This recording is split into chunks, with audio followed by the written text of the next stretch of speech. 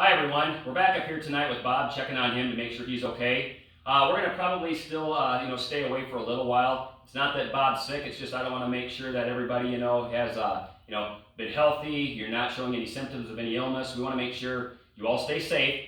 So we'll wait a little bit longer before we can get back up here to class. But tonight, we're going to go ahead and review what we did last time, and then we're going to go ahead and do a couple more bow techniques for you guys to practice. So Bob, if you're ready, let's get started. If you remember last time, we talked a little bit about what a bow was, maybe how to measure what size of bow is best for you. The kid question was, what is a bow used for? And if some of you remember the answer, it was used to haul buckets of water. A lot of times they put that bow over their shoulders, hang buckets on each end, and then they would walk and carry water or any other material or any other item that the farmers needed. So it was a good strength training workout, but they also had a purpose for the bow. So, if you remember last time we talked about a down block and a rising block with the bow. Remember, the bow or any weapon is an extension of your hand. How we talked about doing the down block was rolling the bow in, sliding my left foot out, snapping it down. Moving forward, snapping it down. That is my chain move. Then we talked about the rising block. Same thing. We slide the foot forward, we strike up. Just like this, all right? And we talked about doing that in combination. Today we're going to go ahead and talk about the outer forearm block. When you first learned the outer forearm block, you learned how to cross your arms in front of your body, block out with the forearm, fist about mouth level.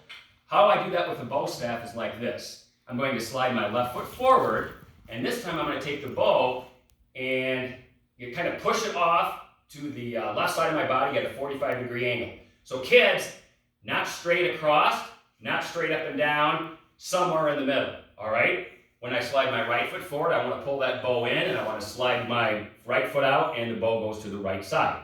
So we're simulating an outer forearm block. All right?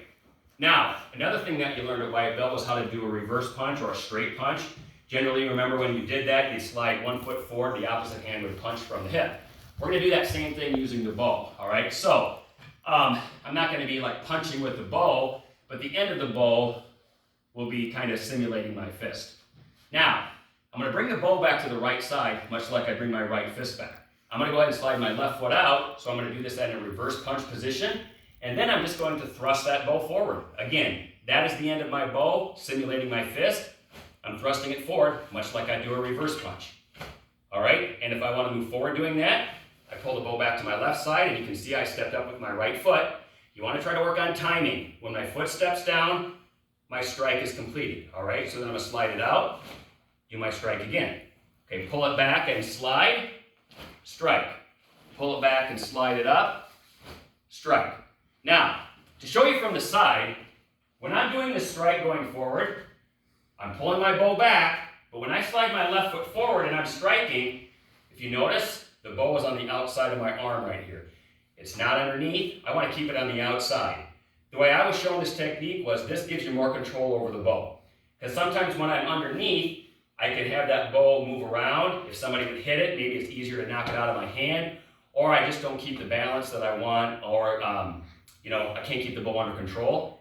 This has a tendency to lock that bow into place and keep it where it needs to be. So when you're practicing this, it's real easy to want to do this. I want you to work on keeping it on the outside. All right, so that's just something you got to practice to get muscle memory, to get used to that. So when I move forward, again, pulling the bow back like a reverse punch, sliding my left foot forward, trying to get everything to stop at the same time, feet and hands.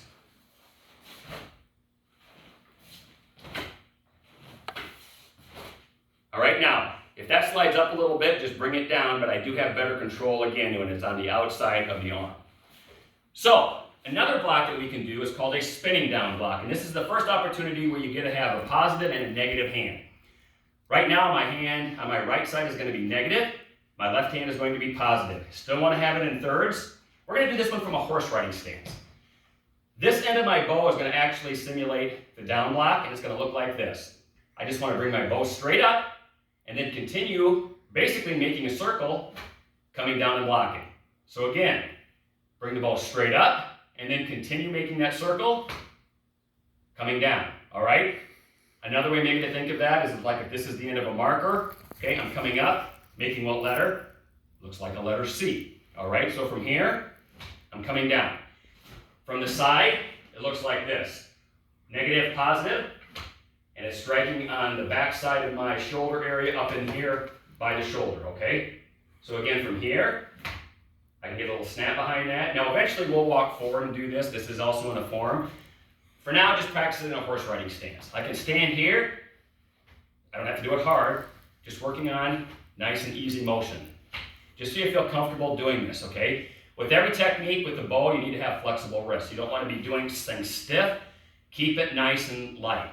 You don't want to put a death grip on the bow. Think of it as a tube of toothpaste, all right? I have control, but I'm not squeezing it, okay? So I'm just coming up nice and easy.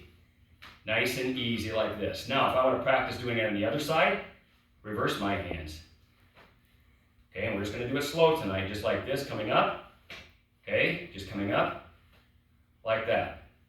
Eventually, I'll show you ways that you can do it like this, so you can kind of work on switching your hands, but that's a little bit more complicated, and we can practice that maybe when we're more in class, and I can show you face to face. But again, this is called a spinning down block. So again, from here, I'm just coming around and blocking. A little bit of snap behind it. You can work on your speed as soon as you feel comfortable with it. Work on your speed. And again, don't put a really tight grip on your bow. All right, make sure it's nice and easy, flexible wrists, and then you think you'll have the most control over your bow, and you'll have the most success. So that's our bow tips for today. Feel free to put all these together from what you learned last time and today, up and down the floor. And again, when you have a chance to get outside and practice these things, go ahead and do that. Now, to finish off, I think everybody liked doing our quizzes. We're going to have a few more quizzes tonight for a few other little small prizes. So stay tuned to that, and we'll see you next time.